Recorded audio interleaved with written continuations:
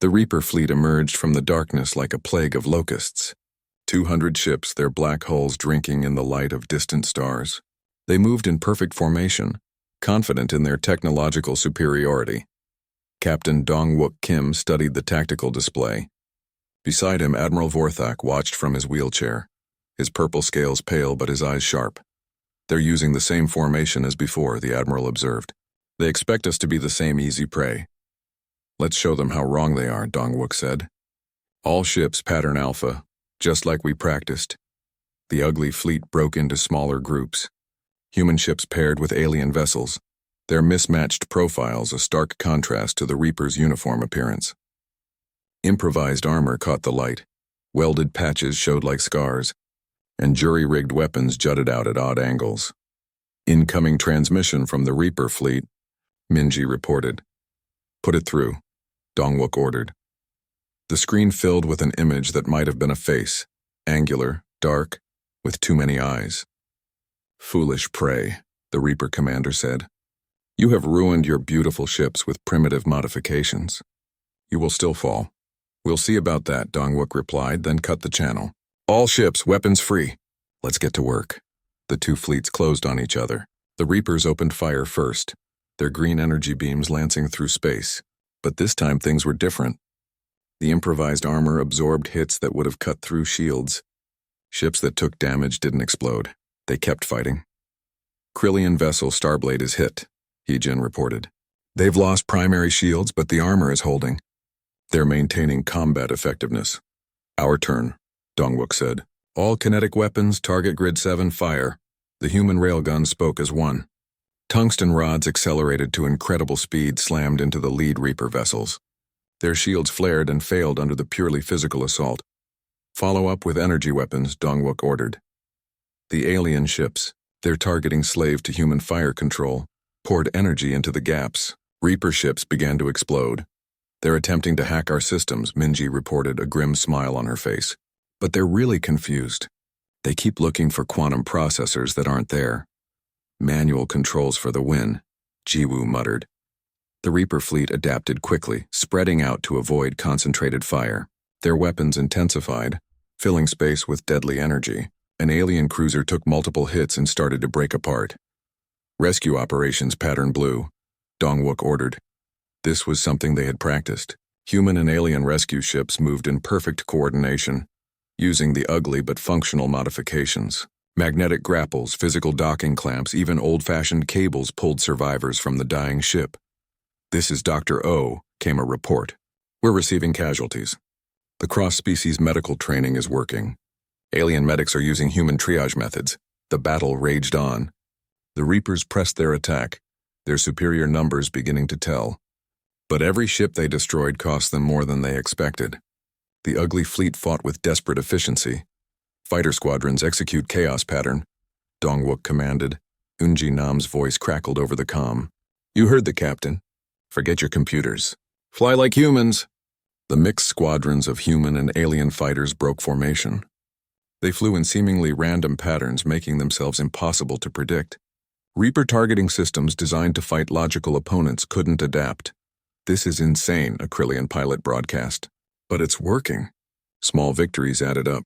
A Reaper destroyer, confused by the unpredictable fighters, flew into a kinetic round barrage. A battleship trying to hack a Thrakari vessel found itself facing manual weapons it couldn't control. But the Reapers had numbers. For every ship they lost, 2 more seemed to take its place. Captain, we're being pushed back, Heejin reported. We're making them pay, but they keep coming. Hull breaches on deck 7 through 12, Chief Yoon added. We're venting atmosphere. Damage control teams are responding. Dong-Wook watched his ship take hit after hit. The Indomitable was living up to its name, but even it had limits. Around them, the ugly fleet was being slowly overwhelmed. Sir, Minji suddenly said, I'm picking up new contacts. Massive energy signatures approaching from the opposite direction. More Reapers? Dong-Wook asked grimly. No, sir. Sir, they're human. It's the Earth Defense Fleet. The tactical display updated. 50 human warships dropped out of hyperspace behind the Reaper fleet. They were just as ugly as the Indomitable, blocky, scarred, functional, but they were fresh and ready for battle. This is Admiral Haewon Baek commanding the Earth Defense Fleet. A strong voice came over the comm. Captain Kim, sorry we're late. Traffic was horrible. Mind if we join your party? The more the merrier, Admiral, Dongwook replied, relief flooding through him. The Reaper fleet found itself caught between two forces. The Earth ships opened fire with typical human weapons. Nuclear missiles, kinetic rounds, even repurposed mining lasers. Nothing fancy, nothing elegant, just devastating firepower. All ships press the attack, Dongwook ordered. Don't let them regroup. The battle turned into a melee. Ships fought at point-blank range. The modifications the aliens had scorned proved their worth again and again. Manual weapons fired when automated systems failed. Improvised armor absorbed hits that would have been fatal. Redundant systems kept ships fighting when they should have been dead. Private Shin's Marines boarded a crippled Reaper vessel. In the corridors, high-tech Reaper warriors faced humans in powered armor that looked ancient by comparison. But the human gear worked. When Reaper weapons disrupted electronics, the Marines fought with magnetically accelerated projectiles. When their armor's power assists failed, they fought with raw strength. Reaper ship captured, Shin reported. Their warriors didn't know what to do when their implants were jammed. Turns out they don't train for hand-to-hand combat. In space, the tide had turned. Caught between two fleets and facing tactics they couldn't predict or counter, the Reapers began to fall back. Their perfect formation dissolved into chaos. They're trying to retreat, Heejin announced. Don't let them, Dongwook ordered. All ships pursue and destroy. I don't want a single Reaper leaving the system to report back. The pursuit was brutal. Ships that had barely survived the initial attack pushed their damaged systems to the limit, engines running on backup power, weapons firing with manual targeting, crews working in vacuum suits when life support failed. The ugly fleet chased down their tormentors. Technician Daehyun Lim here, a voice reported from the salvage crews. We're stripping destroyed Reaper ships as we go. Their tech might be advanced, but it's modular. We can use it. Just make sure to install manual overrides, Jiwoo called out. One by one, the Reaper ships fell. Their advanced technology, so superior in controlled conditions, failed them in the chaos of real combat. They couldn't adapt to opponents who refused to die when they should, who kept fighting with broken equipment, who turned their own weaknesses into strengths. The last Reaper battleship, the one whose commander had mocked them, tried to make a final stand. Its weapons lashed out desperately, but it was alone and surrounded. Sir, Admiral Vorthak is requesting to deliver the final blow, Minji reported. He says his ship has that honor. Grant it, Dongwook said. The Krillian flagship, ugly with human armor and bristling with improvised weapons, moved forward. Its energy beams, guided by human-taught manual targeting, converged on the Reaper ship. The battleship's shields failed, its hull breached, and it exploded in a brilliant flash. All Reaper vessels destroyed or disabled, Heejin reported. The system is clear. A cheer went up across the fleet. On every ship, human and alien crews celebrated together. They had faced annihilation and survived through shared knowledge and ugly determination. Stand down from battle stations, Dongwook ordered. All ships begin search and rescue operations. I want every survivor found. The next hours were controlled chaos. Ships limped back to the station, some towed by others. Medical bays overflowed with wounded from a dozen species. Engineers worked together to patch critical systems. Dongwook found himself in the station's main assembly hall, now converted to an emergency command center.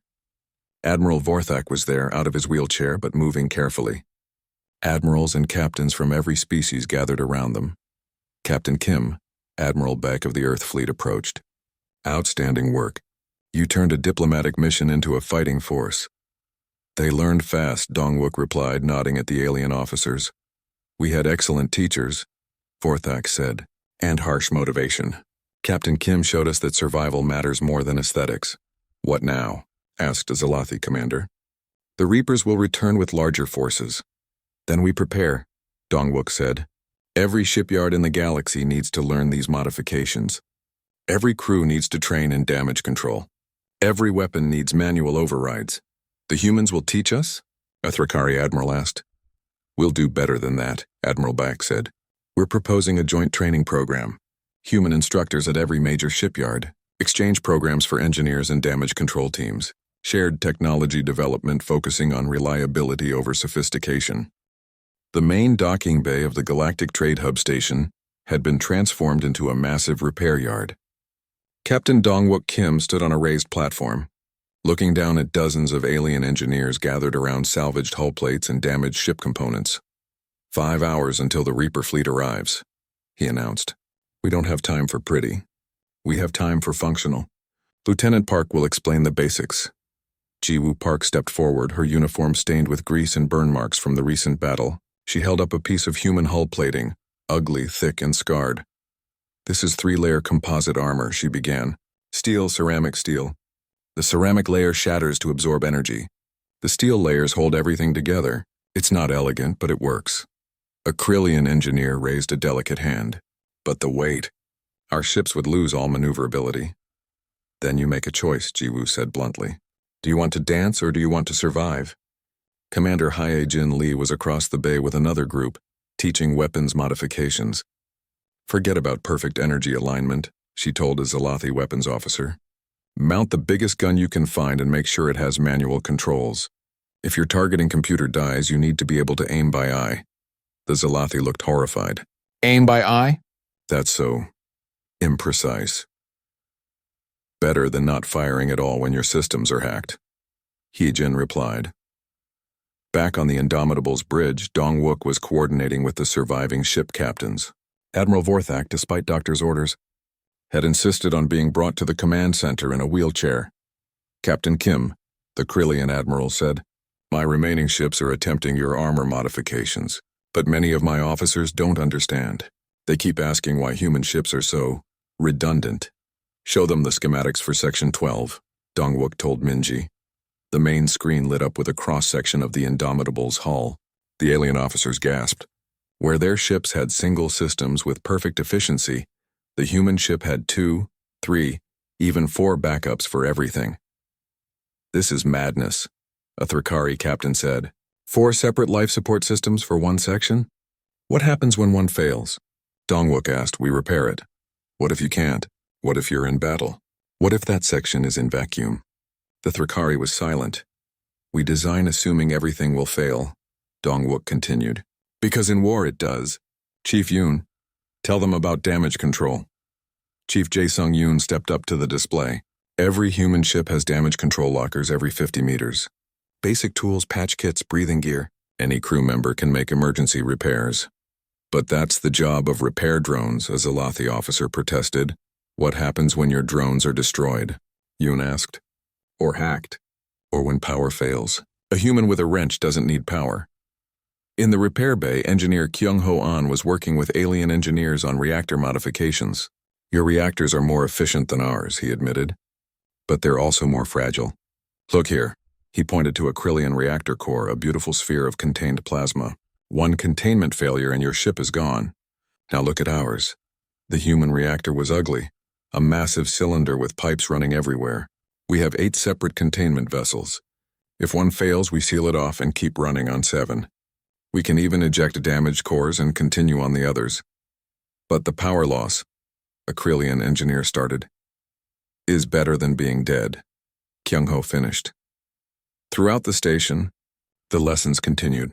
Human Marines taught alien security forces about fighting in damaged ships. Human medics showed alien doctors how to work without advanced scanners. Human pilots demonstrated manual flying techniques. In a quiet corner of the medical bay, Dr. Soo-Jin-oh was treating wounded from various species. A young Zalathi officer watched her work with basic tools when the advanced equipment failed. How do you diagnose without quantum scanners? The officer asked. Experience, Soo-Jin replied, feeling for a pulse on an injured Krillian. Touch, observation. Humans have been healing each other for thousands of years without fancy machines. The machines help, but they're not essential. Back in the repair bay, the work was progressing. Alien ships were being retrofitted with armor plates, manual controls, and redundant systems. It wasn't pretty. Elegant vessels now looked like they had been patched with scrap metal. But they were tougher. Captain Kim, Admiral Vorthak said, watching the work. I must ask something. Your ship design philosophy, it assumes the worst will happen. Is that how humans view the universe? Dongwook thought for a moment. We have a saying on Earth. Hope for the best, prepare for the worst. We're optimists at heart, Admiral. But we're practical optimists. I think I understand, Vorthak said. We built ships for the universe we wished existed. You built ships for the universe that actually exists. An alarm sounded. Minji looked up from her station. Long-range sensors detect the Reaper fleet. They're ahead of schedule. 4 hours until contact. Double the work pace, Dongwook ordered. And Minji, patch me through to all ships and work crews. Channel open, sir. This is Captain Kim. The Reapers are coming faster than expected. We have 4 hours. I know the modifications we're making offend your aesthetic sensibilities. I know bolting armor plates to your beautiful ships feels wrong, but I promise you this. Ugly ships with living crews are better than beautiful tombs floating in space. He paused, looking around at the dozens of species working together. We're going to show the Reapers something they don't expect. Adaptation. They think we're the same easy targets they found before. They're wrong. Get back to work. The pace increased. Pilot Unjinam was in the fighter bay, teaching alien pilots basic combat maneuvers. Forget about perfect formation flying, she told them. In combat, chaos is your friend. Be unpredictable. A Krillian pilot in a sleek interceptor looked dubious. Our flight computers calculate optimal patterns, which the Reapers can predict, Yunji interrupted. Watch this. She climbed into her battered F-90 Starbolt and launched. The old fighter, scarred and patched from the recent battle, performed a series of maneuvers that made no logical sense. Sudden stops, random spirals, unexpected direction changes. No computer would fly like that, the Krillian pilot admitted. Exactly, Yunji said over the comm. And no computer can predict it either. In the Indomitable's engineering section, Jiwoo was showing a group of engineers the ship's damage from the battle. Instead of hiding it, she was using it as a teaching tool. See this? She pointed to a massive hole that had been patched with welded plates. A Reaper beam punched right through. On your ships, that would have been fatal. But look, the damage stopped at the second hull layer. The armor did its job, absorbed the energy, and failed in a controlled way. She led them to another section. Here, an explosion took out primary power routing. But see these cables? She pointed to thick bundles of wire running along the walls. Manual rerouting. We had power back in 10 minutes. A Thrakari engineer studied the crude repairs. It's not elegant, but it works, Jiwoo finished. That's all that matters in combat. 3 hours until contact. The modifications were nearly complete. Ships that had gleamed like jewels now bristled with armor plates, external weapons mounts, and jury-rigged systems. They looked like they had been through a scrapyard, but they were tougher. Private Taehyung Shin was drilling mixed squads of Marines and alien security forces. In a boarding action, pretty doesn't matter. Functional matters. Your weapon jams? Use it as a club. Your armor fails? Keep fighting. The enemy expects you to give up when your equipment fails. Don't.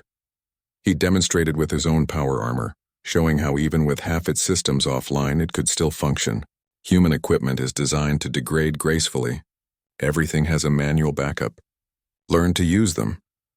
On the bridge, tactical planning was in full swing.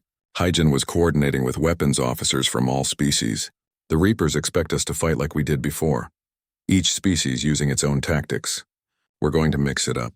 Human kinetic weapons to break shields, alien energy weapons to exploit the gaps. But our targeting systems aren't calibrated to work together, a Zalathi weapons officer protested. Then we do it manually, Hyjin said. Mark one eyeball. It's been working since humans threw rocks at each other. 2 hours until contact. Dongwook walked through the station, observing the controlled chaos. Everywhere, aliens were learning human methods, crude, simple, effective. The beautiful fleet that had started the day was gone, replaced by a battered, ugly but functional force. He found Admiral Vorthak overseeing the final modifications to his flagship. The once pristine vessel now had human armor welded to its hull, kinetic weapon pods mounted on its elegant curves, and visible damage control stations cut into its corridors. It's hideous, the Admiral said quietly. Yes, Dongwook agreed. It's also the most combat-capable my ship has ever been, Vorthak continued. Captain, I owe you another apology. Not just for mocking your technology, but for not understanding the philosophy behind it. You don't build ugly ships because you can't build beautiful ones. You build them because you understand what really matters in war. We learned the hard way, Dongwook said. Centuries of conflict taught us that the prettiest ship in the fleet is usually the first to die. The black ships kept coming. Captain Dongwook Kim counted 12 more on the sensors, emerging from the dark side of the largest asteroid. These weren't random raiders. This was an invasion force. "Captain, I'm picking up a general broadcast," Ensign Minji Kang said, her face pale. "It's in multiple languages." "Put it on," Dongwook ordered. A harsh voice filled the bridge, speaking in translated English. "We are the Void Reapers. Your pathetic gathering has been selected for harvest. Your technologies will be absorbed. Your species will serve. Resistance is pointless." "Friendly bunch," Commander Hyejin Lee muttered from tactical. "Captain, I'm analyzing their attack patterns. They're going after the most advanced ships first. The ones with the complex systems," Lieutenant Jiwoo Park added from engineering. "The ones that are easier to hack and disable." As if to prove her point, a Thrakari battlecruiser suddenly stopped firing. Its weapons turned on its own allies. "They've taken control of the Thrakari ship," Hyejin reported. "Its AI has been compromised." More ships began acting strangely. A Zalathi vessel started spinning in place, its crew unable to regain control. 2 Krillian destroyers collided as their navigation systems went haywire. "Minji, are they trying to hack us?" Dongwook asked. The young ensign actually laughed. "They're trying, sir, but they're looking for quantum processors and neural networks. All they're finding are mechanical switches and fiber optic cables." "Advantage of being primitive," Chief Jae-sung Yoon said. "Can't hack what isn't there." "Admiral Vorthak's ship is losing life support," Minji reported. "He has maybe 10 minutes. Heejin, clear us a path," Dongwook ordered. "Aye, sir." Focusing fire on the lead Reaper vessel. The Indomitable's weapons hammered at the black ship, blocking their way. Its shields held, but barely. The human weapons might be crude, but they hit with tremendous force. "Sir, Private Taehyung Shin is requesting permission to speak with you," Minji said. "He's with the Marine contingent." "Put him through." A young Marine's face appeared on a side screen. "Captain, my squad is ready to board the Admiral's ship and render assistance. We just need you to get us close enough." "In the middle of a battle?" Dongwook asked. "Sir, with respect, this is what we trained for. Our power armor doesn't need functioning airlocks. We can cut our way in and establish life support bubbles for the survivors." Dongwook looked at the tactical display. Getting close to the Admiral's ship would mean taking heavy fire. "Do it," he decided. "Chief Yoon, prepare boarding teams." "We're going in." The Indomitable changed course, heading straight for the crippled Krillian flagship. 2 Reaper vessels moved to intercept. "Incoming fire," Hyejin warned. The ship shuddered as green beams struck the hull. Alarms blared as systems took damage. "Hull breach, Section 12, Yoon reported. Sealing off. Rerouting life support." "Keep going," Dongwook ordered. Through the viewports, they could see the Admiral's ship. The once beautiful vessel was dark, spinning slowly. Escape pods launched sporadically, but many systems seemed to be offline. "Marine teams launching," Hyejin reported. "They're using the old Mark 7 suits." On the tactical display, small dots separated from the Indomitable. The Marines in their bulky power armor looked like ancient deep-sea divers, using simple thruster packs to cross the void. "Reaper vessels are targeting our Marines," Minji warned. "Not on my watch," Hyejin growled. "All point defense weapons cover those Marines." The space around the Indomitable erupted with protective fire. Small railguns and laser clusters filled the void with death, creating a shield of bullets around the Marine teams. Private Shin's voice came over the comm. "We're at the hull. Beginning cutting operations." "Captain, one of the Reaper ships is moving to ram us," Jiwoo warned. "All hands brace for impact," Dongwook commanded. "Yoon, I want damage control teams ready." But the impact never came. A spread of nuclear missiles from the Indomitable's tubes caught the Reaper vessel amidships. Its shields, already weakened, failed. The nuclear fire tore through its hull and the ship broke in half. "That got their attention," Hyejin said. 6 Reaper vessels converging on our position. Can we hold? We're about to find out." The Indomitable became the center of a storm. Energy beams struck from all sides. Missiles and kinetic rounds flew outward in response. The human ship shook and groaned under the assault, but its thick armor held. "Dr. Sujin Oh here." A calm voice came over the comm. "Medical bay is prepared for casualties. We've set up emergency treatment stations in all major corridors. Hopefully we won't need them," Dongwook said. "Hull breach, Sections 3 and 7, Yoon reported. "Armor's compromised in multiple locations, but the inner hulls are holding." "That's why we have 3 of them," Jiwoo said. "Redundancy saves lives." Captain, Private Shin reports they're inside the Krillian ship, Minji announced. They've found survivors, including Admiral Vorthak. Beginning evacuation. More Reaper ships inbound, Heejin warned. 20+ contacts. Captain, we can't fight them all. Dongwook studied the tactical display. The alien fleet was in chaos. Most of their advanced ships were disabled or destroyed. The Reapers controlled several through hacking. Only the Indomitable remained fully operational. Minji, open a channel to all surviving ships, he ordered. Channel open, sir. This is Captain Kim of the Indomitable. All ships capable of movement form up on us. We're going to punch through their line and make for the station. Ships that can't move, prepare to abandon. We'll pick up as many as we can. You expect us to follow a human? A Zalathi commander's voice responded. Your technology is primitive. My technology is working, Dongwook replied coldly. Which is more than you can say. Form up or die alone. Your choice, a moment of silence. Then ships began moving. A damaged Krillian destroyer limped toward them. 2 Zalathi cruisers with flickering hulls joined the formation. Even a Thrakari vessel that had regained partial control moved to join them. Sir, Engineer Kyung-ho on from reactor control, Minji said. He says he can give us 20% more power if you authorize emergency protocols. Do it, Dongwook ordered. Down in the reactor spaces, Kyung-ho and his team worked with practiced efficiency. They bypassed safety protocols, pushed cooling systems to their limits, and fed additional reaction mass into the cores. Reactor output at 120%. Jiwoo reported. Kyung-ho says he can maintain it for 30 minutes before we need to scale back. That'll have to be enough. Heejin, all weapons free. Clear us a path. The ragtag fleet moved forward, the battered Indomitable at its head. Reaper vessels closed from all sides, their weapons firing continuously. Sir, the Marines are back aboard, Minji reported. They've brought 40 Krillian survivors, including Admiral Vorthak. Medical teams are treating them now. Good work, Private Shin, Dongwook said. The battle intensified. A Zalathi ship exploded on their port side, its damaged structure finally giving way. A Krillian destroyer took a direct hit and went dark. But the Indomitable pushed forward, its weapons blazing. Railguns punched through Reaper shields. Nuclear missiles turned enemy ships into expanding clouds of gas. Even the simple chemical rocket pod so mocked by the aliens proved devastating at close range. Captain, Pilot Yoonji Nam requesting launch permission, Minji said. Fighter squadron ready. In this mess? Dongwook asked. Sir, our fighters are old F-90 Starbolts. No AI, no complex systems. Just engines and guns. The Reapers can't hack what's purely mechanical. Launch all fighters, Dongwook ordered. Cover our flanks. The Indomitable's fighter bays opened and dozens of small craft poured out. They looked like relics compared to the sleek Reaper vessels, but they moved with purpose. Human pilots using nothing but skill and instinct danced through the battlefield. This is Yoonji. The lead pilot's voice came through. We're engaging. These Reaper pilots rely too much on their computers.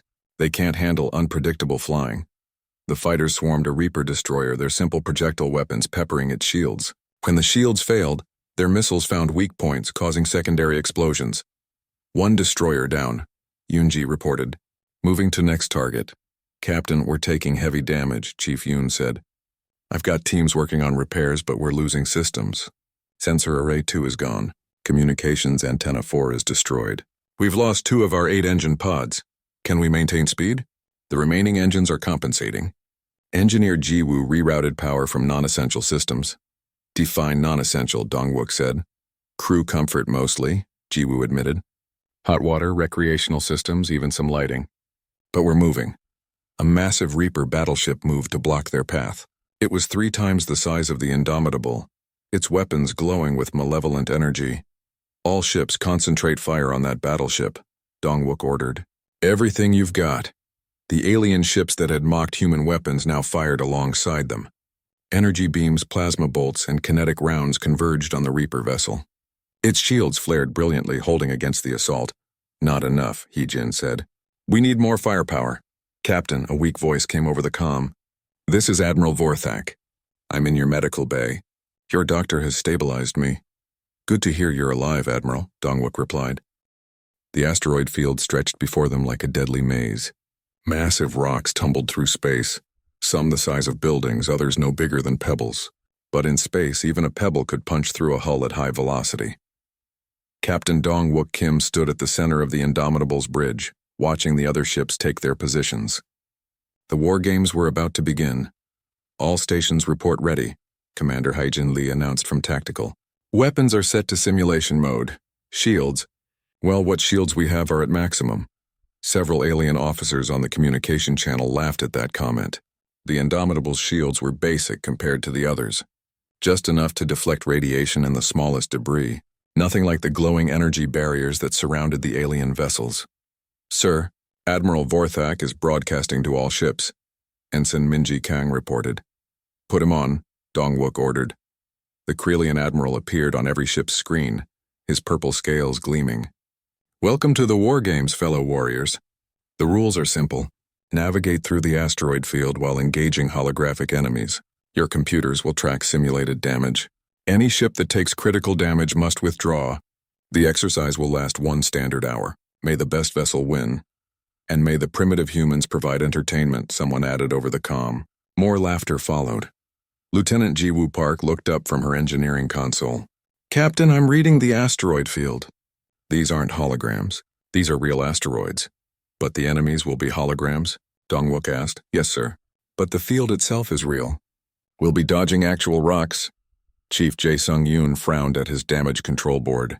Captain, at the speeds they're expecting us to move, even small asteroid impacts could cause real damage. Then we'd better not get hit, Dong-wook said. All hands, this is the captain. The war games are beginning. I know the other ships expect us to fail quickly. Let's show them human engineering. Damage control teams to standby positions. Engineering, I want those backup systems hot. Aye, Captain, came the responses.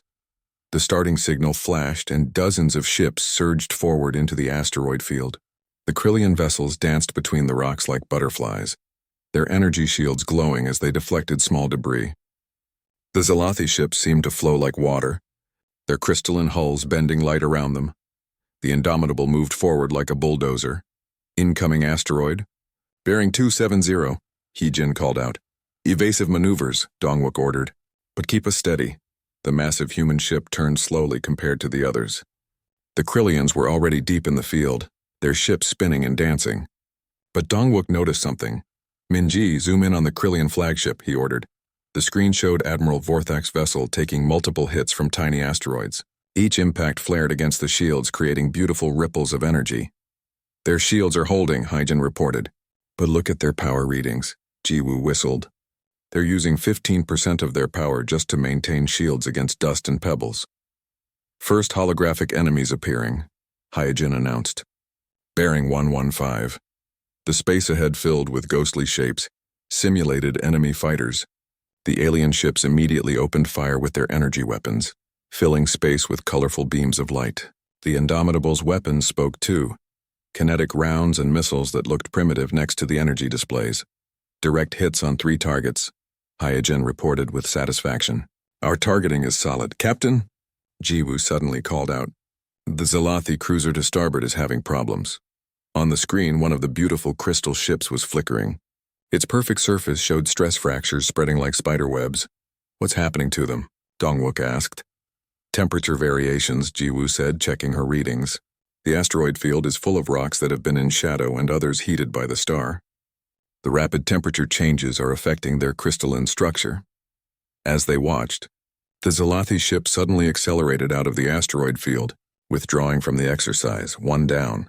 Chief Yoon muttered. The Indomitable continued deeper into the field. More holographic enemies appeared. Larger ships this time. The aliens' energy weapons lanced out, but something strange was happening. Captain, the Thrakari vessel is reporting weapon failures, Minji said. Their pocket dimension power systems are being affected by the gravitational fields of the larger asteroids. How are our weapons? Dong-wook asked. Chemical propellant rockets and magnetic railguns don't care about gravity fluctuations, Heejin said with a grin.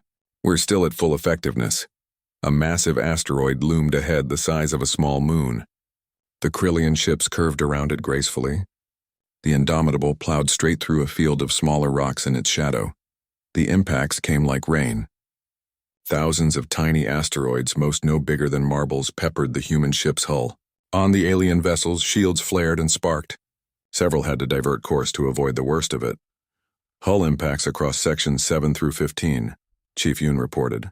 No penetration. Armor is holding. The beauty of 3 feet of tungsten steel, Ji-woo said proudly. We're not pretty, but we're tough. Admiral Vorthak's ship is slowing, Minji reported. His shields are down to 60% power. After 20 minutes? Heejin sounded amazed. How do they expect to maintain that in a real fight? The exercise continued. The beautiful alien ships danced and spun, their energy weapons creating a light show. But one by one, problems appeared. A Krillian destroyer's shields failed completely after too many impacts. The generator overloading. 2 more Zalathi ships withdrew with structural damage from temperature stress. A Thrakari cruiser lost all power when it passed too close to a massive asteroid. The Indomitable kept moving forward. Ugly. Slow. Unstoppable. Sir, we're taking more impacts, Chief Yoon reported. Section 12 has lost 2 external sensor arrays. Section 9 has a damaged communications antenna. Can we fix them? Dong-wook asked. Already on it, Yoon replied. Damage Control Team 3 is suiting up. They'll EVA and replace the arrays in 15 minutes. During the exercise, Minji sounded surprised. That's what they're trained for, Yoon said simply. On the tactical display, more ships were showing problems.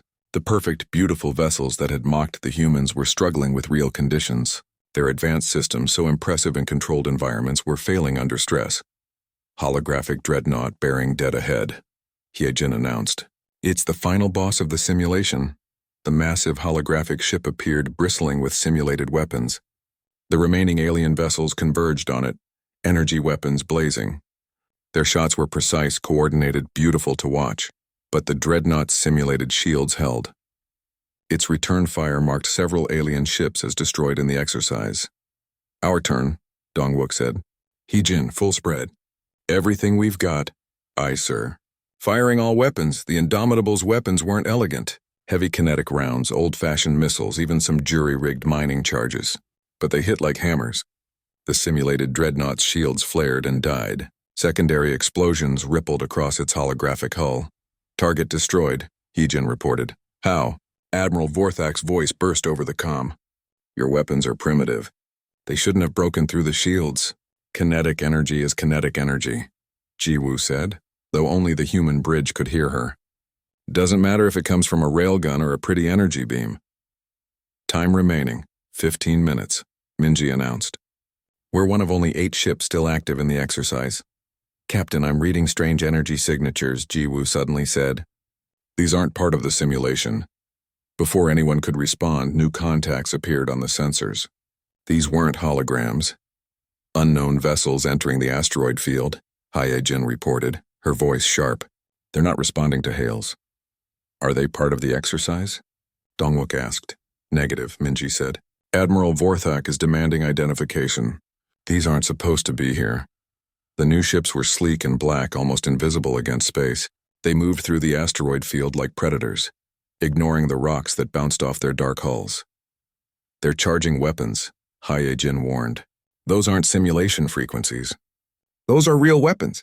All ships, this is Admiral Vorthak, the Krillian's voice rang out. Exercise terminated. These are not part of the war games. Repeat, these are not. His transmission cut off as one of the black ships fired. A brilliant green beam struck a Krillian destroyer. The beautiful ship's shields, already weakened from the exercise, collapsed instantly. The beam cut through the hull like it was made of paper. That ship is venting atmosphere, Ji-woo said, horror in her voice. This is real. We're under attack. The asteroid field erupted into chaos. The alien ships, caught off guard with depleted shields and stress systems, scattered. Some tried to run. Others tried to fight. The black ships moved among them like wolves among sheep. Battle stations, Dong-wook commanded. All hands, this is not a drill. We are under attack. Weapons free. I repeat, weapons free. Switching to combat mode, Hyejin said, her hands flying over her console, targeting the nearest hostile. The massive doors of the Galactic Trade Hub station opened slowly. Captain Dong-wook Kim stood on the bridge of the UES Indomitable, watching the viewport fill with sleek alien warships. Each ship looked like a work of art. The Krillian vessels shimmered with energy fields that changed color like oil on water. The Zalathi cruisers seemed to be carved from single pieces of crystal, their surfaces perfect and smooth. "Would you look at that?" Lieutenant Jiwoo Park muttered from the engineering station. "Not a single bolt or weld mark on any of them." Dongwook nodded. He knew what Jiwoo meant. Compared to these beautiful ships, the Indomitable looked like a flying junkyard. The human supercarrier had exposed pipes running along its hull. Thick armor plates were bolted on with visible rivets. The welding marks from its construction were still visible, creating ugly scars across the gray metal surface. "Captain, we're getting a lot of communication traffic," Ensign Minji Kang reported from her station. "The alien ships are talking about us." "Put it through the translator," Dongwook ordered. The bridge speakers came alive with various alien voices, all translated into flat mechanical English. "Is that really their best ship?" one voice said. "Look at those exposed conduits. One hit and their whole system fails." Another laughed. "The humans built a cargo hauler and called it a warship," a third voice added. Commander Hye-Jin Lee stood up from her tactical station. Her face was calm, but Dongwook could see her jaw tighten. "Captain, should I respond to their communications?" "No," Dongwook said. "Let them talk. Ambassador Choi will handle the diplomatic side." As if on cue, Ambassador Sung-Ho Choi entered the bridge. The older man wore a simple black suit instead of a military uniform. His face showed no emotion as he listened to the alien chatter. "They certainly have strong opinions about our ship," Sung-Ho said mildly. "Sir, we're being hailed by the Krillian flagship," Minji announced. "Admiral Vorthak wishes to speak with you." "On screen," Dongwook ordered. The main view screen flickered to life, showing an alien that looked like a tall, thin humanoid covered in purple scales. The Krillian wore an elaborate uniform covered in glowing symbols. Behind him, Dongwook could see a bridge that looked more like an art gallery than a command center. Everything was smooth curves and soft lighting. "Captain. Kim, is it?" "The," Krillian said, his translator giving his words a condescending tone. "I am Admiral Vorthak of the Krillian Empire. I wanted to welcome you to the military exhibition personally." "Thank you, Admiral," Dongwook replied. "We're honored to be here." The Krillian's large eyes moved around, clearly looking at the human bridge on his own screen. "I must say your vessel is interesting. We've never seen such basic construction in a military ship. Tell me, is this really your best warship?" Before Dongwook could answer, the Admiral continued. "I notice you still use physical controls and buttons. How quaint. Our ships haven't used manual interfaces for centuries. Everything is controlled by thought through our neural links. We find manual controls reliable," Dongwook said simply. "Reliable?" The Admiral made a sound that might have been laughter. "Captain, look around you. Every ship here represents the peak of military technology. The Zalathi ships are grown from programmable matter. The Thrakari vessels use pocket dimensions for power storage, and your ship has exposed pipes?" Jiwoo stepped forward, but Dongwook raised a hand to stop her. The young engineer looked ready to defend every bolt and wire on the ship. "Our design philosophy is different," Dongwook said. "We build for function." "Function?" Now the Admiral was clearly laughing. "Captain, I can see welding marks from here. Your armor isn't even smooth. It looks like you bolted on extra plates as an afterthought." "Admiral Vorthak," Ambassador Choi stepped forward. "Perhaps we could discuss this at the formal reception?" "Of course, Ambassador," the Krillian said. "I look forward to learning more about your unique approach to shipbuilding. I'm sure the other species will find it as amusing as I do." The screen went dark. "That went well," Hye-Jin said dryly. "Captain, I'm picking up more chatter," Minji reported. "The Admiral is sharing his conversation with the other ships. They're all laughing about our primitive construction." Dongwook walked to the center of the bridge and looked at his crew. He could see anger in some faces, embarrassment in others. These were good people who had worked hard to get humanity to the stars. "Listen up," he said. "I know their words sting. I know the Indomitable isn't pretty, but I want you all to remember something. Those beautiful ships out there, they've never seen real combat. They've played war games against each other, shown off at exhibitions, but they've never had to limp home with half their systems destroyed. He pointed at the exposed conduits on the hull display. Those exposed pipes, we can replace them in minutes. Their internal systems would take hours to reach. Those ugly welds? They're designed to break at specific points so damage doesn't spread. Those bolted-on armor plates? We can add more or remove damaged ones without returning to a shipyard. Chief Jae-sung-yoon nodded from his damage control station. The captain's right. Pretty doesn't win wars. Coming home alive does. Sir, Min-ji said, we're receiving information about the war games. They want all ships to participate in a demonstration tomorrow. War games? Ji-woo perked up. What kind? Simulated combat in an asteroid field. Min-ji read from her screen. They'll test maneuverability, weapons accuracy, and damage resistance. Dong-wook allowed himself a small smile. Perfect. Hye-jin, I want you to review the parameters. Ji-woo, make sure all our systems are running at peak efficiency. And Jae-sung, have your damage control teams ready. You think we'll need damage control in a simulation? Ambassador Choi asked. No, Dong-wook said. But I want the aliens to see how we operate. They think we're primitive? Let them see what human engineering really means. As the crew went to work, Dong-wook stared out at the beautiful alien ships.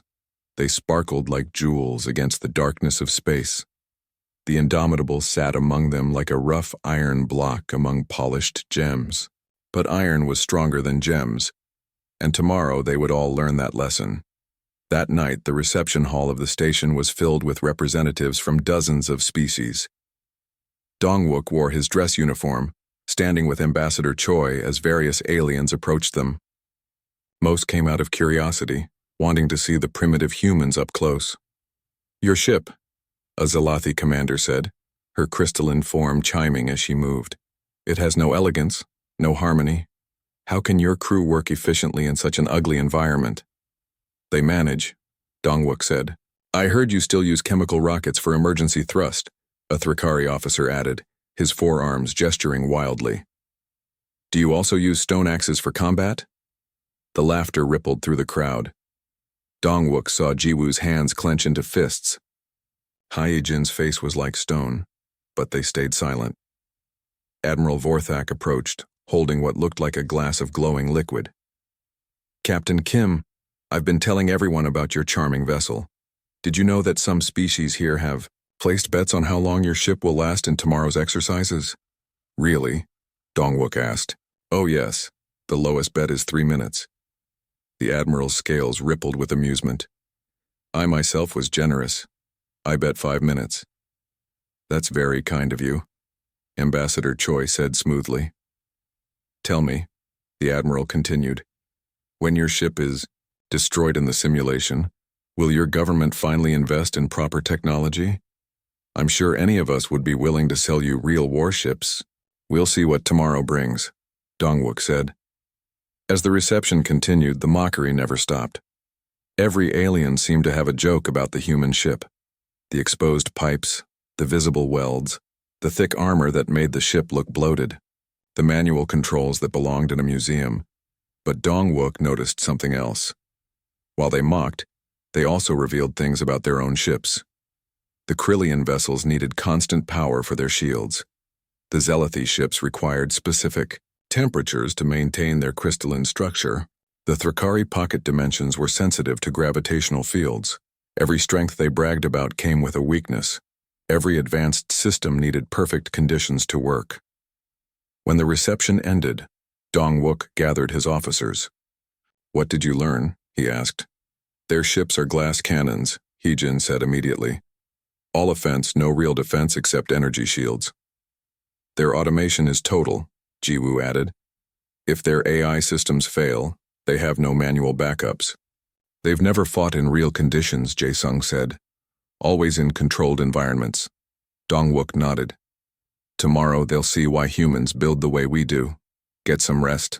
The war games start at 0800. As his crew left, Dong-wook took one last look out the station's windows. The Indomitable sat there ugly and functional, surrounded by works of art. But tomorrow in the asteroid field, beauty wouldn't matter. Only survival would.